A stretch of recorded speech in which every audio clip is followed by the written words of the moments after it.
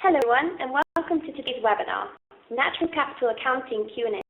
How companies like Monsanto, Natura, Novo Nordisk, and Utilics are using natural capital accounting to drive sustainable decision making.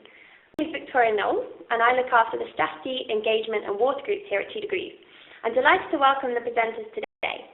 Steve Hardwick, Account Director at TrueCost, Steve Bullock, Head of Research at TrueCost, and the additional panelists for the Q&A session, Julie Reynolds, Senior Analyst and Product Strategy Specialist at TrueCost, and Alice Cyril, Analyst and Natural Capital Valuation Specialist at TrueCost. Our presentations will have about 20 minutes at the end where you can ask questions. Before we begin, I'd just like to remind you all that you can submit questions throughout the webinar using the Q&A box in the bottom right-hand side of your screen. Just type in a question and press send, and we'll wait until the end to answer as many as we can. Otherwise, if you have any technical difficulties during the presentation, use the chat box on the right-hand side and I'll get back to you as soon as I can. Without further delay, I'll pass over to Richie, who will begin today's presentation. Thank you, Victoria. Good afternoon, everyone. Thank you for joining us for today's webinar on natural capital accounting. As Victoria said, my name is Richie Hardwick. I'm an account director here at TrueCost. Those of you unfamiliar with TrueCost, we are an environmental research and business intelligence firm who specialise in natural capital accounting and valuation. So let's look at the agenda for this webinar. And it doesn't look like I've got control of the slides. Yes, I do. Excellent. That first hurdle overcome. Wonderful. So for the 40 minutes, we're going to talk around natural capital, which we define as the goods and services provided by nature and used by business, and show ways that companies are valuing these services and industry terms and what they've learned by doing this. I think it would be quite important to set some context to what we mean by the term natural capital and how about accounting for and valuing it, and we'll go through some real-life case studies and examples which Stephen Bullock will take us through. Then, remaining time, as Victoria said, we can have some Q&A, and I would encourage everyone to put forward any questions they have, no matter how simple or how complex. I'm sure colleagues of mine around the table will have a good go at answering them, so please do send through those questions. So, without further delay, let's begin. What do we mean by natural capital? At the macro level, this diagram helps to frame it. Natural capital is the building block on which human well-being and all economic activity relies. A popular definition used by many in the space refers to natural capital as the elements of nature that produce value, that is both directly and indirectly, to tools such as stocks of forests, rivers, minerals, oceans, and these are the provision of market price aspects of nature, being things like aggregates, minerals, earth metals, and fuels as well. As well as this, there's aspects that are undervalued, like water, or do not have any market value associated with them. These areas include many ecosystem services. To this concept, I heard one of my colleagues talking about this recently and used a quite example to explain the idea of ecosystem services. Let's consider a forest. It provides timber that can be valued by the market. A forest also regulates water flows and filters water pollutants. Trees provide scenic vistas for the tourism industry and absorb air pollutants. Pollution has a direct impact on people's health. A decline in health increases the need for medical services and thus raises the cost our society pays for health care. These examples of services provided by nature and are not valued by the market. Businesses generally don't pay a forest for clean water or clean air. Her example helps clarify what we talk about when we look at undervalued ecosystem services. It's certainly for me. In this industrial age we live in, and our world of high technology, cloud computing, and the internet revolution, it's sometimes easy to forget what businesses have to rely on to generate their profits. Science and academia have long been telling us that these services provided by nature are valuable. What if businesses had to pay for the cost of the services they get from nature? What if when looking at their portfolio or a new investment opportunity, they subtracted the cost of the environmental damage caused by businesses from their profits. Natural capital accounting and valuation gives nature's silent currency a value. This value is the damage cost borne by society outside of an existing market. The case studies further on will bring this concept to life.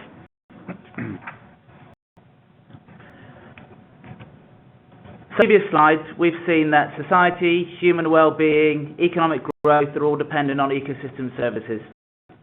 How it's also critical is understanding how we impact on those same stocks of natural capital.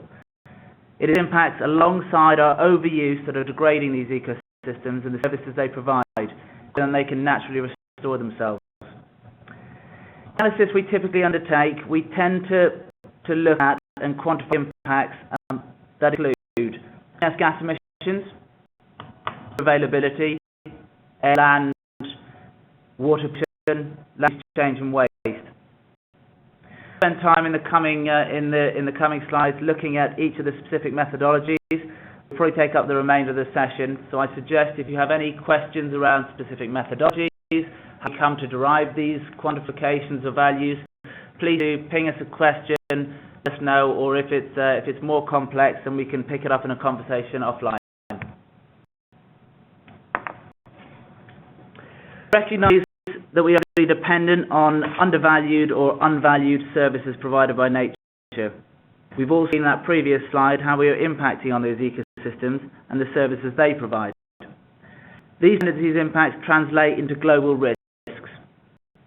From the latest World Economic Forum risk report, many of you may have seen it, it highlights the risks relating to natural capital and the environment, which 5 of the top 8 global risks we face in the coming 10 years are in this category.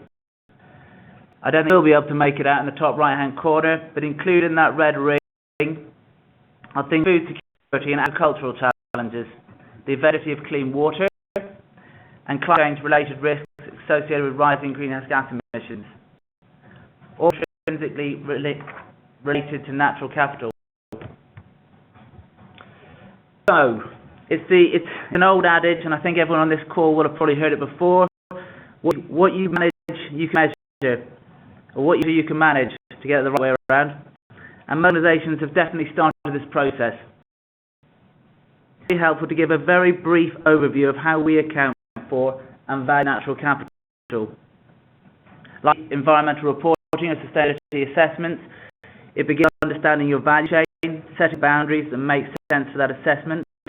I think when Steve goes through some of these examples, he will highlight different case studies where they've set different boundaries for different assessments, and I think that will bring to life a bit more on what the total value chain you might look at. Once those boundaries are set, the data. We need data where available. Second, data including academic studies and data sets to supplement available primary data. And this is importantly, environmentally extended input-output models and productivity models to fill data gaps and complete the picture. This is going to provide a full assessment, and in lots of cases, it tends to be a barrier for undertaking that piece of analysis because it was a generally full data set can be seen as too difficult or onerous. The next is important. Quantify those impacts across different regions and across the different categories in physical units. Those units will include tons, meters cubed, hectares. Move on to monetizing these and putting impacts into a single business metric. That metric can be US dollars, euros, whatever business metric our client uses, so we can add those into the decision-making process. This idea of valuation uses regionally based valuation coefficients, which are supported and backed by an international academic advisory panel. Produced, as I mentioned earlier on, cost borne by society relating to that impact. Let's have a quick look at why we might undertake a valuation. Water. And let's look at this one. We're all aware that water is increasingly scarce in some geographies, and that this necessity is rarely ever reflected in the cost of the water. That is until there's an event around scarcity, low industrial productivity, a case of that recently, or even civil unrest, for example. Some examples we've seen manifest themselves include the almost total depletion of the aquifers in Saudi Arabia. So Saudi Arabia recently announcing it's looking to stop all agricultural production and turn to a total net importer due to the depletion of aquifers. Having to shut down production in water-scarce parts of India, given the conflict between providing clean water to society. Mines in South America, or close to home, things like the hosepipe ban a few summers ago in this country, which I'm sure many of us remember. For this example, let's look at a reasonably modest-sized country like Spain, and the water used for a brewing business with sites in Cordoba and Bilbao. There's 100,000 cubic meters of water. However, even though they operate in the same country, the scarcity of water is almost half as scarce in Bilbao as it is in Cordoba.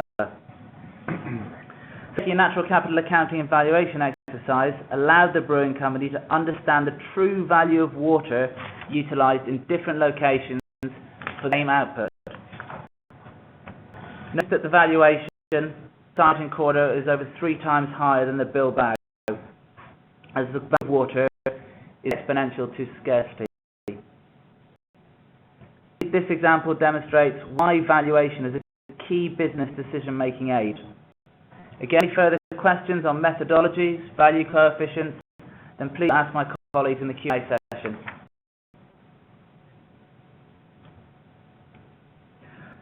It's important to outline the journey that natural capital accounting has gone through by utilising some first-hand experience. I'll go through quite quickly, as I know we want to get on to looking at some of the examples and case studies relating to actual business applications. At the turn of the millennium, there was scientific standardization of natural capital and quantifying the impacts.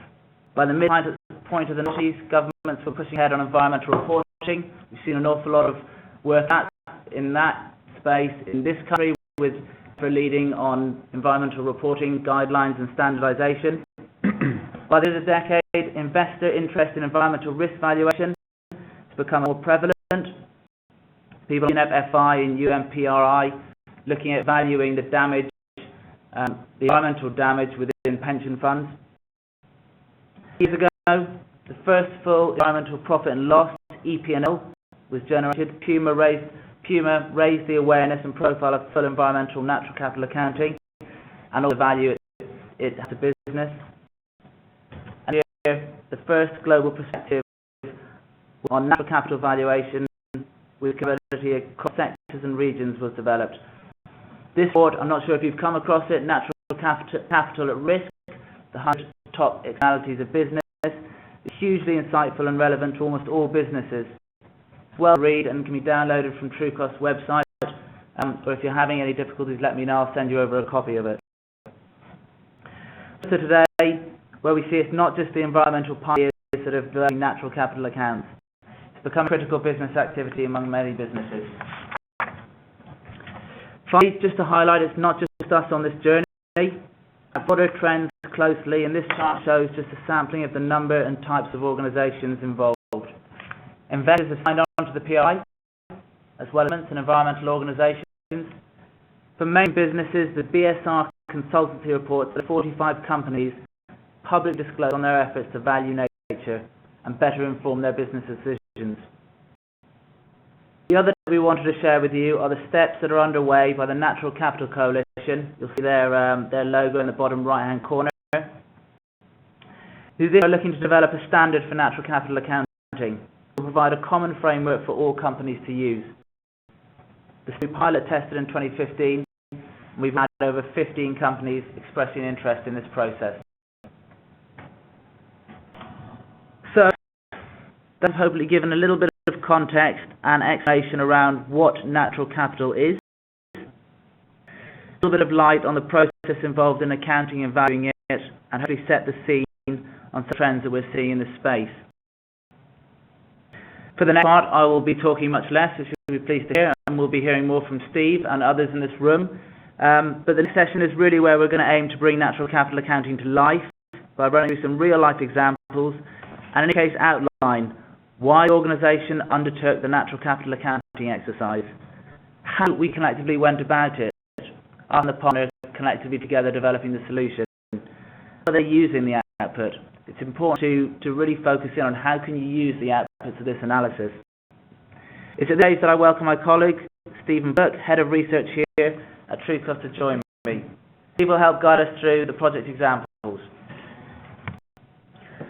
So we've broken the examples down into the three main drivers for this type of analysis. We'll start with those projects that are driven by a comms perspective. Please remember to ping any questions across that relate to these projects or anything I've said previously. We'll catch them once we've run through all the examples. Over to you, Steve. Thank you. Case study is pharmaceutical company Novo Nordisk.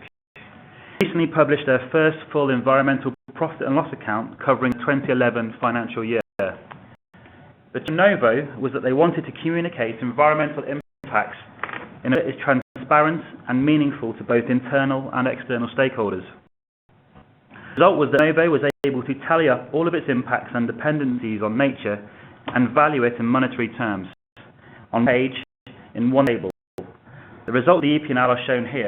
What it shows are all the different environmental impacts: water use, greenhouse gas emissions and air pollution, in them going across the top, from direct operations and its supply chain tiers, all the way through to raw material sourcing. The value, €232 million, represents the company's total dependency on natural capital to produce its products.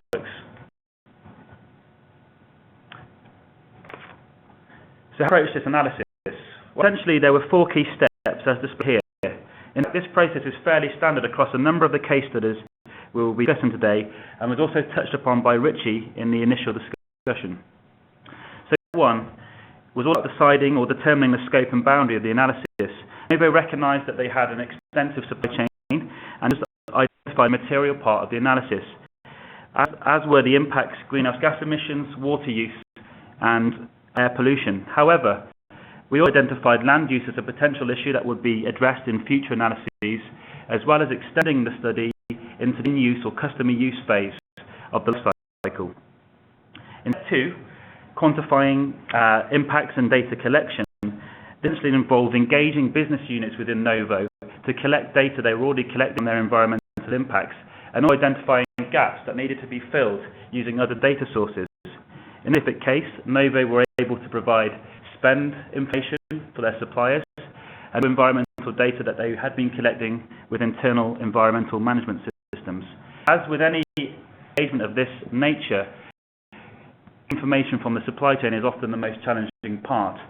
Truecost assisted Novo in this process by engaging with the supply chain using online data collection systems, and were able to shed light on and increase transparency further the supply chain.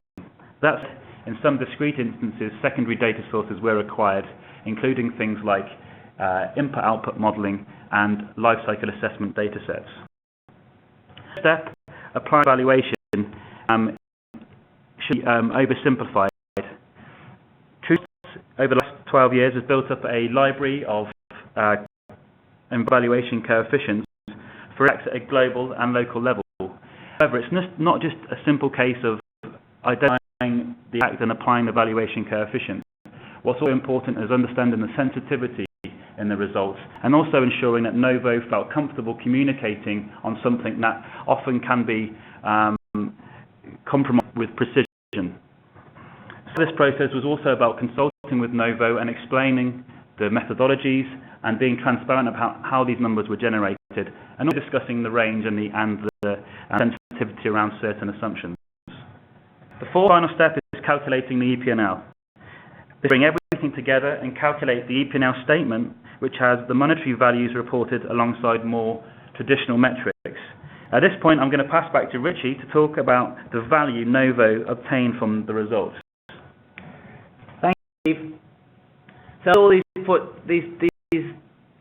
projects, it's important to understand, well, what can you use the analysis for? What are Novo Nordisk using this analysis for? Those in two areas which in discussion with them, they've outlined as being the most valuable. The first is that it has allowed Novo Nordisk to compare impacts and identify hotspots across all operations and supply chain initiatives. They are using this analysis to focus their activities and investment in addressing those areas with the lowest natural capital value. In this case, we presented it in euros. The other area that Novo Nordisk is focusing on is using the outputs of the project to communicate to their stakeholders, staff, customers, and important investors. In these communications, they're able to demonstrate that the complete picture of environmental risk and the scale of these risks and what it looks like in financial terms. The full report for the Novo Nordisk email is available again to download for free on the website. I would recommend, being in there, having a look, even to read the executive summary will show a lot more as to why Novo Nordisk went down this route and the value they derived from for undertaking the analysis. Pass over to Steve for the second example.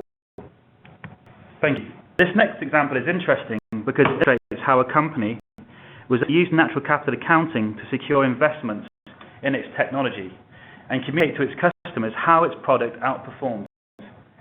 Six, a UK-based energy company, had the new technology for a decentralized energy system that used wood waste to co-generate electricity and heat. The objective was that energy would come from the UK electricity grid and waste would go to landfill site.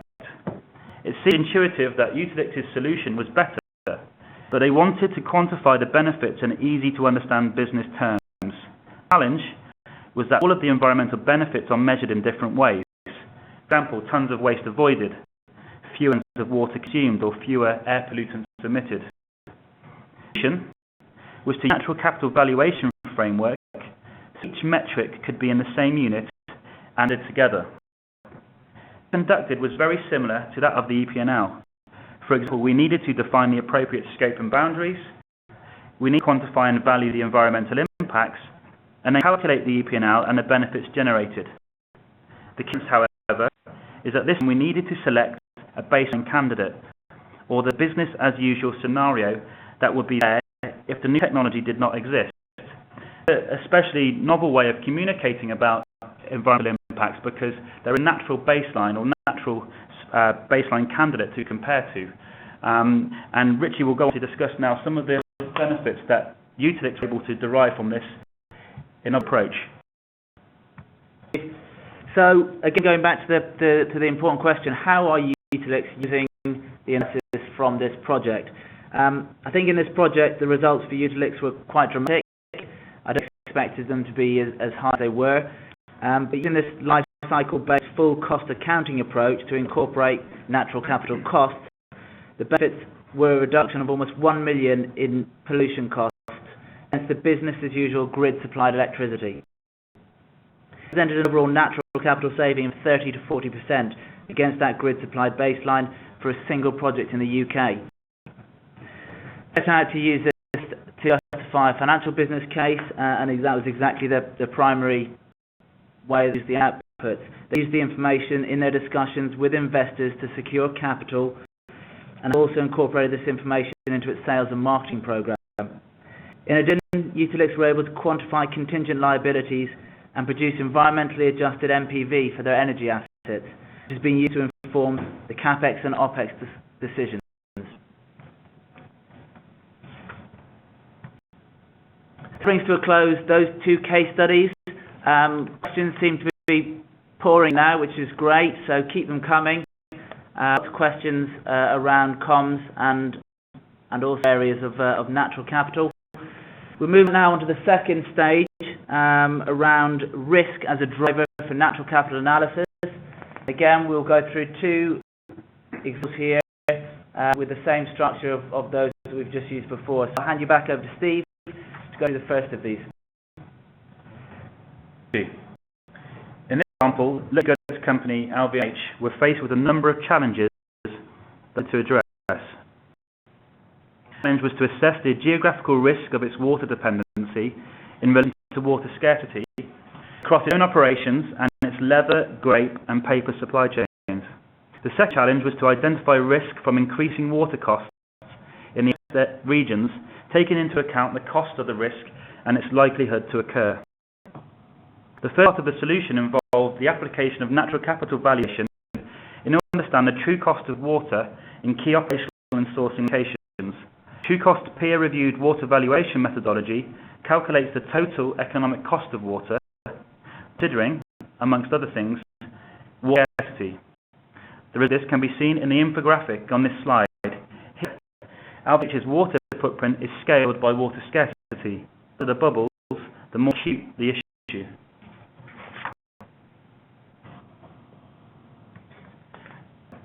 Right, moving on. There you go. However, the analysis was really taken to the next level by combining the valuation with a regulatory risk index that assessed the likelihood of regulatory pressure resulting in increased water tariffs in each location. The output of this process can be seen in the risk management tool displayed on this slide.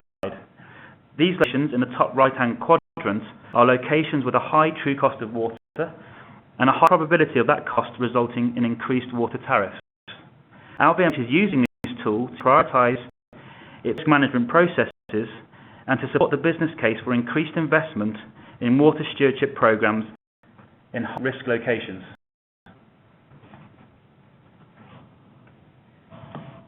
There, the $3 billion Brazilian company, in collaboration with Conservation International and TrueCost, can the environmental value of different agricultural practices for the production of palm oil. One approach to cultivate palm oil is in a monoculture. Another way is to use agroforestry, where the crop is integrated with trees, cacao, and other crops such as passion fruit. This slide shows the Natura study that shows that the total environmental value provided by palm oil agroforestry is 3 times higher than that provided by monoculture over the typical 25-year lifetime of the plantation. In order to value the 2 types of agricultural systems, we developed a framework which quantified and valued the different types of ecosystem goods and services that nature provides. Ecosystem services included the provisioning services such as food, timber and fuel, and relating services such as global climate and water cycle regulation. We looked at agriculture-related environmental impacts such as GHG emissions from direct fuel consumption and water pollution from fertilizer and pesticide application. I'm just going to hand back to Richie now to talk about some value derived from this study. Steve, so think about what the insights were for Natura in this case. The main insight and the feedback we took from Natura was that there is a win. There is a win by transitioning to agroforestry.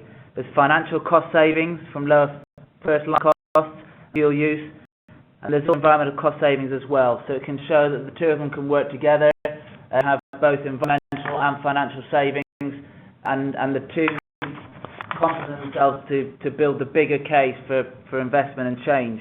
The other side benefit both from the out of the project, and that the results also help the authorities to develop palm oil agroforestry systems with measures such as payment for ecosystem services scheme. Takes us to the end of those examples. So let's look at the third area of the case studies. This is around product development. These examples relate to how companies are using natural capital valuations to support their product development. And stress, Steve, you probably get the system you've got at the moment to introduce those, talk through the solution, and I'll come back with some of the inputs to the analysis. The next example I share is with Interface, a global carpet tile manufacturer with about $1 billion in revenue and a recognised world leader in sustainable business practices. Interface wanted to know what is the cost of natural capital in 1 square metre of floor tile. How much do we rely on nature for this product? These are shown here for their European carpet tile, approximately $160 per square metre. This was calculated by applying natural capital valuations to existing cycle assessments and environmental product declarations.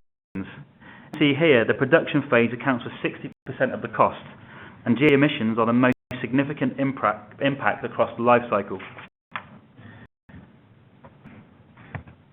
Thank you, Steve. I think these two statements which Interface published really show what the outcomes of the project have allowed them to do.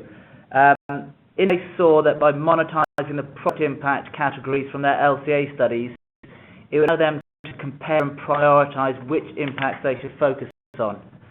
Recognizing that Interface are widely seen as a leader in this space, this was just the next step to build on a huge amount of work already undertaken in the area of product development. The insight that Interface are utilising is how different environmental impacts of its products do not cost the same in different manufacturing locations. For instance, the cost of smog in the UK is far greater than the US, and this sort of insight should be taken into account when locating future production plants. So the valuable insights that are being utilised by Interface in their continuing journey to be net positive impacting by 2020. So for the last time, one final request to keep the questions coming, guys. We already received some great ones, but the more the merrier. Over to you, Steve.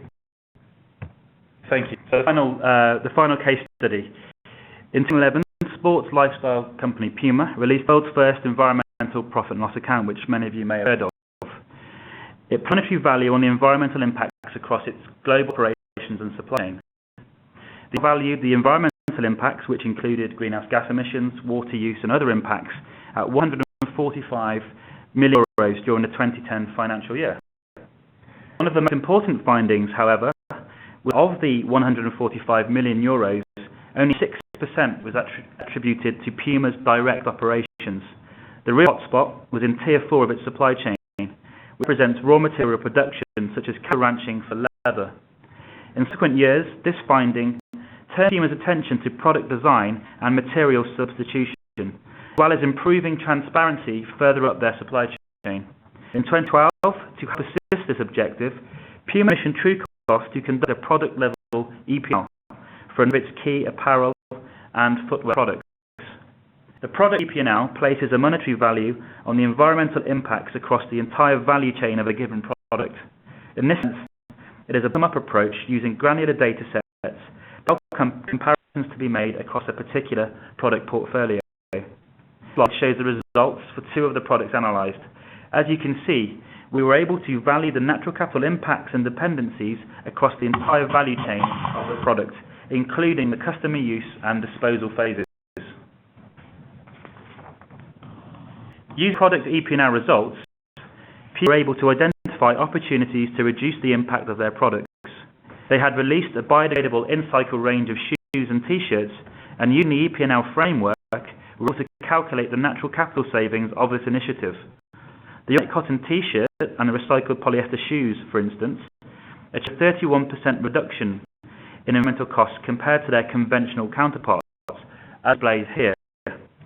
In essence, people now have a materials library that can be used for the product design team to select the most sustainable solution for their products. Recycled cotton t-shirt, the top left-hand label here, higher cost associated with water consumption because it uses organic cotton that requires more land and more irrigation than conventional cotton. However, the in-cycle offering is more sustainable, and the EP&L approach can be used to justify this selection. Puma were also able to communicate these savings to their customers using product labels like these cited here. Again, this is the benefit of natural capital accounting, and inverts everything into a common metric that can be readily understood by a number of different stakeholders. Excellent. I'm sure many of you have heard of the Puma work, so hopefully by us looking at how it's moved on from an enterprise-wide EPL to then look at product-specific EPL shows a transition of how this is an extremely valuable tool in terms of product development. So, the slide, and then I promise I'll keep it short. I'll reflect on what we're seeing today and what the future will look like in terms of natural capital accounting. What we see today is many companies undertaking ad hoc natural capital accounting evaluation exercises at specific parts of the business, the supply chain, a product, or particularly high risk impact area for them and their business. There's an increasing amount of momentum growing to develop standardized approaches, which facilitate a greater take-up of natural capital accounting at a corporate, investor, and sub-country level. So a future where natural capital accounting will be fully embedded alongside financial accounting. And being presented in comparable financial metrics, it will support all elements of business decision making, from procurement to operational management, product management, and strategic decision business direction.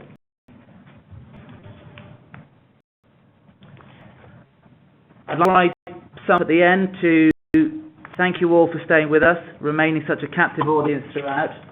We've had some good questions coming through, and I hope they continue to come through as we engage with the last part of our webinar, which will be the Q&A quiz the experts.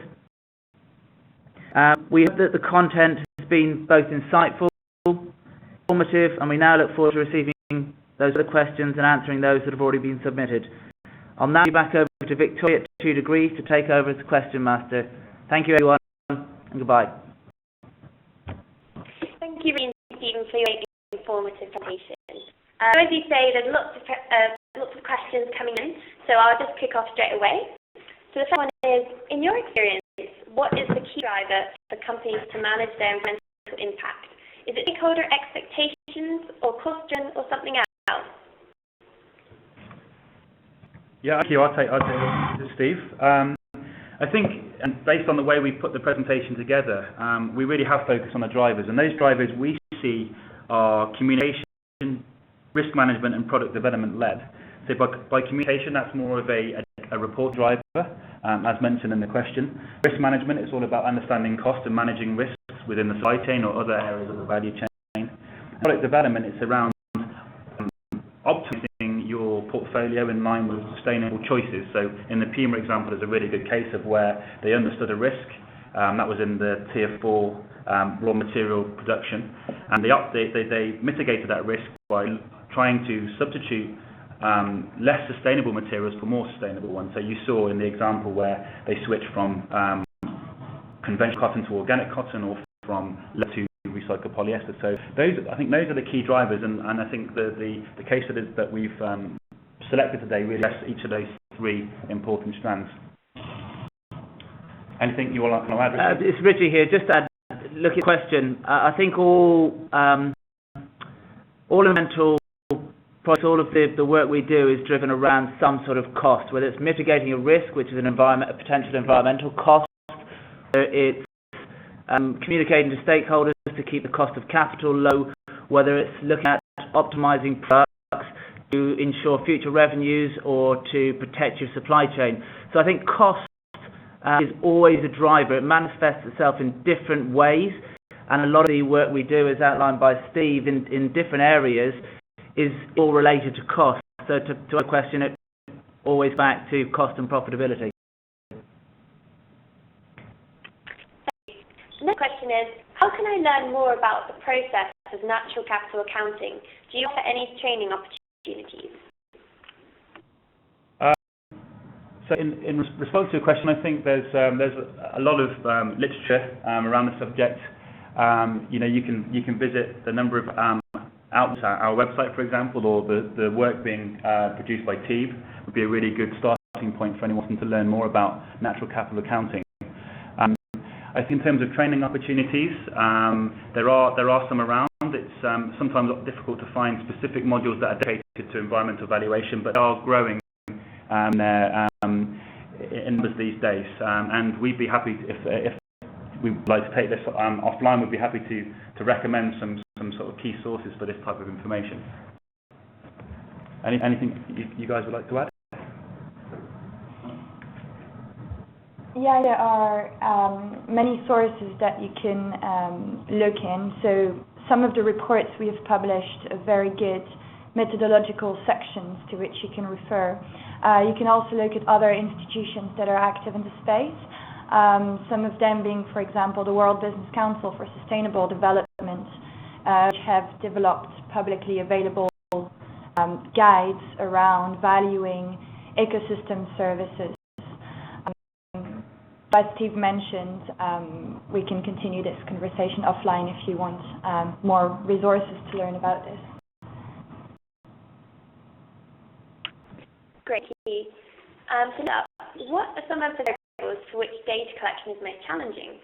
Are the final analysis and recommendations weighted by the variables individual levels of uncertainty? So, this is Julie here. So some of the variables for which data collection is most challenging. So first of all, I would say it depends on the company, it depends on the size of the company, it depends on the industry in which the company operates. Historically, some data points have been collected more than others, and the obvious example is carbon, because more focus has been put on it, just in terms of regulation, for example. Other indicators have received some attention in specific industries, like air pollutants, but others have received less attention, like land and water pollutants. Although I would have to substantiate that, because in key industries like the chemical industry, there are some reporting requirements around the use and disposal of certain chemicals used in the process and products. Something to consider is the supply chain stage that you're looking at. It's easier to collect operational data or data from suppliers with whom you have very good relationship, but the further up or down the supply chain you go, the more you have to rely on modeled data and secondary data. And this brings us to the question of uncertainty. And I would have to say that the choice is not about measuring and valuing natural capital and valuation versus perfect information. The choice here is about valuing natural capital versus just having a simple intuition or gut feeling. So it's not an exact science. It's always going to be based upon assumptions, and we have to recognize that and be very transparent. But it's the order of magnitude and the direction of change that matters more than the decimal number, that you calculate. And there are several ways, to start to assess this, and I'm thinking about sensitivity models, for example, so running analysis using different assumptions and seeing which assumption has the most material effect on the overall results, and focusing more time on refining those specific assumptions rather than spending time on something that's not going to be relevant. The message is, there's always going to be some uncertainty. We need to recognize it, we need to embrace it, we need to mitigate it using some analysis techniques like sensitivity analysis. Excellent. Now, do you account for the inherent limitations of data tools, such as LCAs and EPDs, in your analysis? So, I guess here it would be more or less the same, answer that I provided to the previous question. Obviously, we do rely on cycle analysis as a source of secondary data. We cannot collect primary data. When we can collect primary data. We always, try to integrate them as much as possible. So some inherent limitation of LCA factors are still, present in our analysis. However, we go one step further than life cycle analysis. And for example, our valuations regionalize the results. Something which traditional life cycle analysis has typically struggled to do. Obviously, there's some techniques to do so, but they're not very well developed. They're changed. So natural capital valuation adds this extra layer of analysis that can help to refine and translate into more businessy terms as a result of a traditional life cycle analysis. And we just add to that one of the key things is we don't accept one data point in isolation. The key challenge as researchers is to really triangulate your sources. So when you have an LCA study or an EPD, you triangulate it with other studies to make sure that you're happy with the assumptions that have been made and how that data point has been derived. So in everything we do, try to provide some idea of the quality of disclosure. And if we're not happy with it, then we're very sort of transparent about the limitations, and that's the key thing when you're addressing these types of concerns in any study.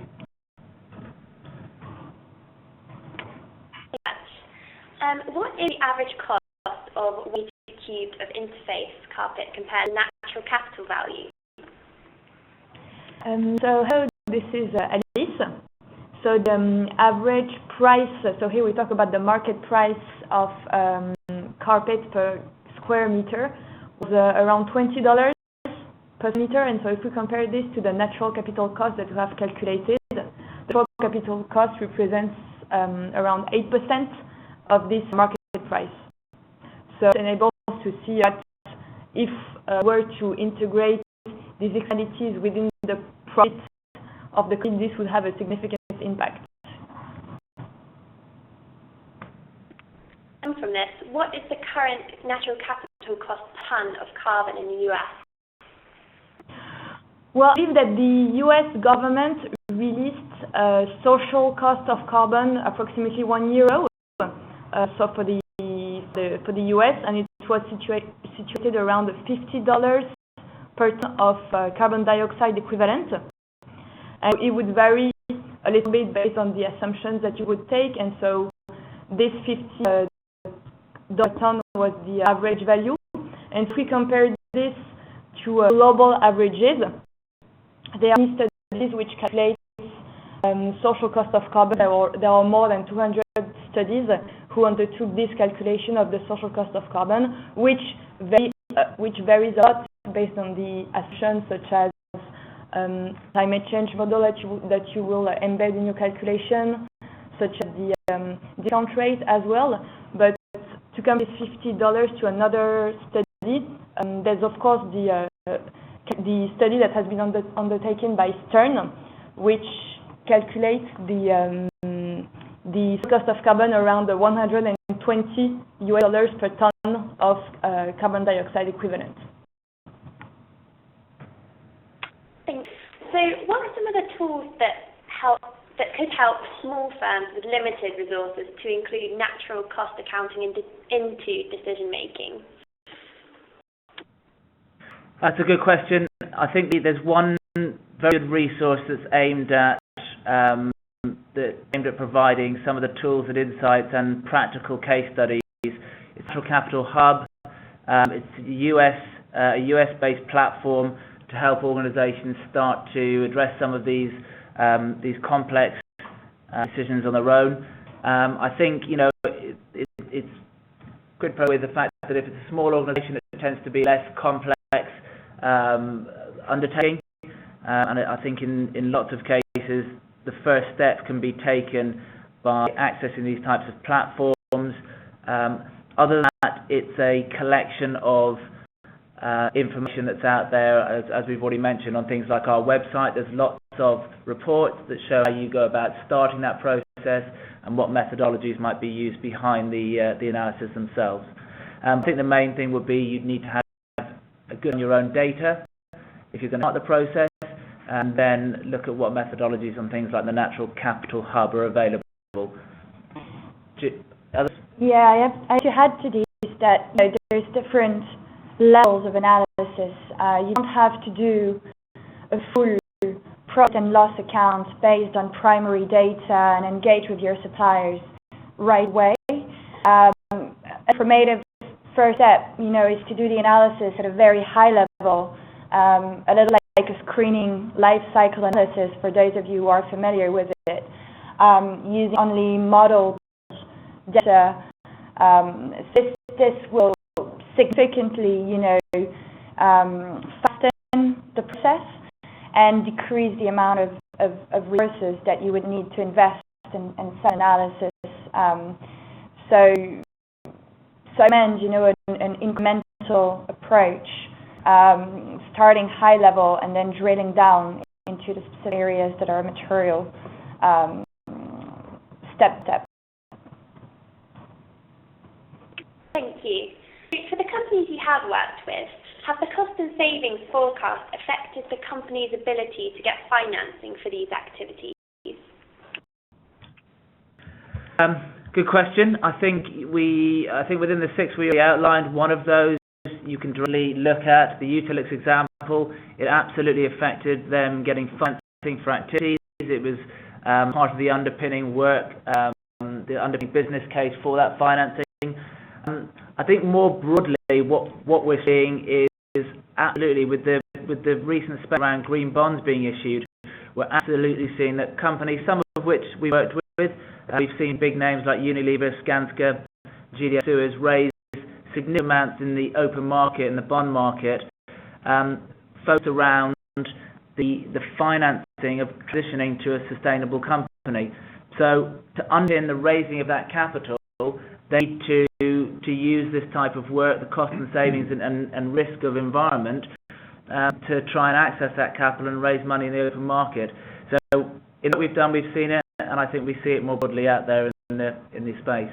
Anyway, one other thing I guess I would add to that is more anecdotally is that I think in companies that natural capital valuation actually facilitate conversations between departments. So, for example, sustainability departments able to demonstrate the benefit of initiatives to therefore secure more funding from central reserves of funding. So actually being able to sort of communicate environmental issues in a financial or a more monetarized way actually allows those conversations to happen with procurement, with finance teams, so with executive level employees. So I think that's another way that another thing we've seen in some of the work we've been doing.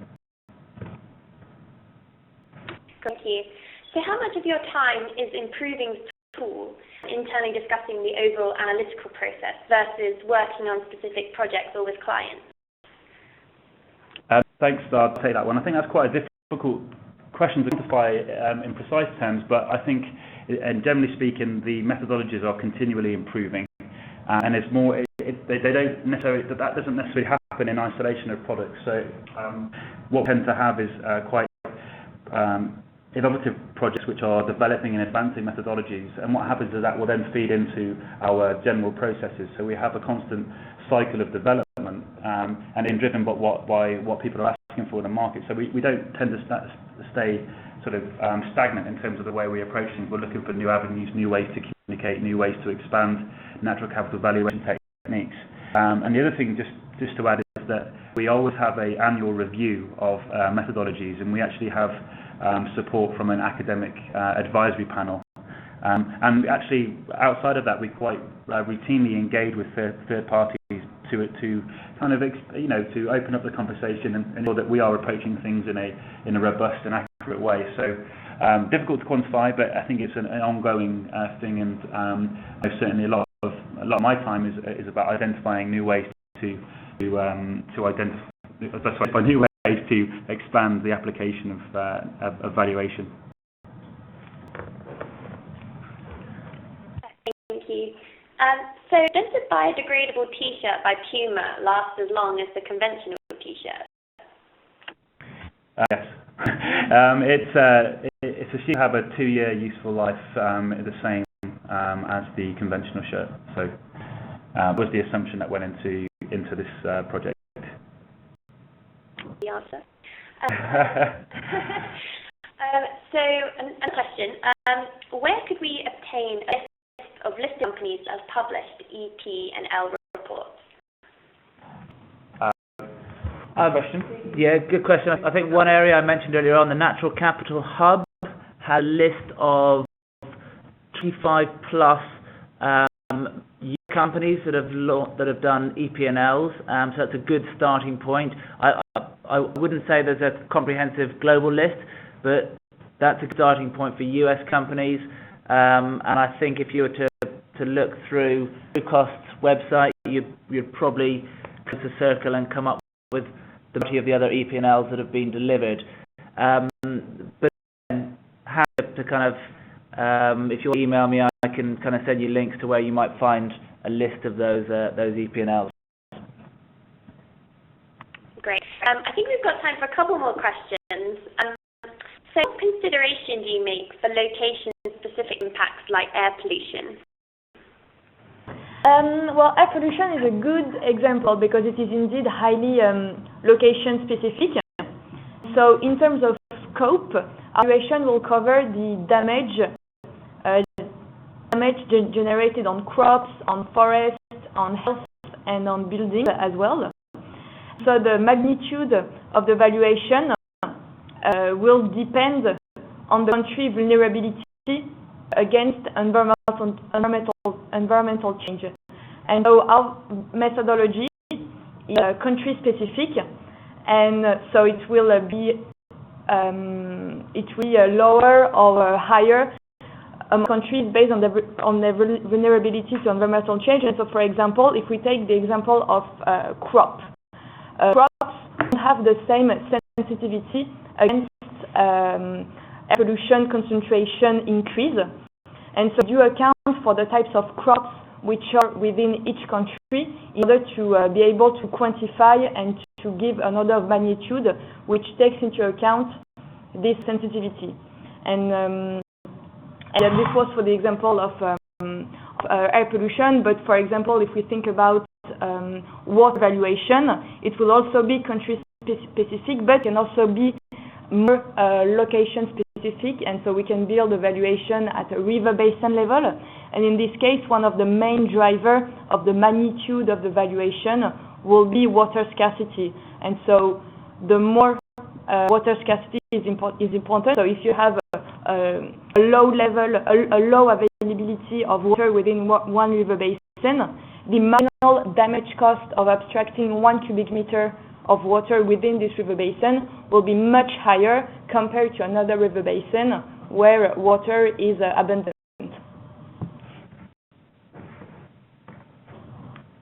And to finish off, what about human or social capital?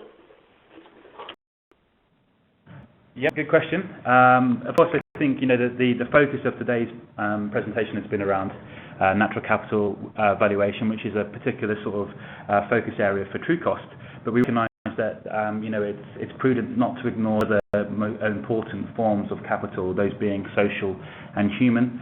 And we do partner with a number of organisations to help quantify those parts of the process and offer actually a more holistic overview of a company's impact on the environment and society at large. So we recognise that natural capital is one component of the conversation that needs to be had, and we look to work with partners to sort of fill the remaining gaps. Great. I think that's all we've got time for, but it's been a really great webinar, and I'd really like to thank the presenters and the panelists, Richie, Stephen, Jean, Alice, for forming this webinar. And I'd also like to thank everyone who joined us. So the recording of the webinar and presentations, the recorded webinar will be archived on the 2 Degrees platform. Any questions that you didn't quite get time to answer, you can post your discussions on the 2 Degrees platform. I hope you found today informative and enjoyable.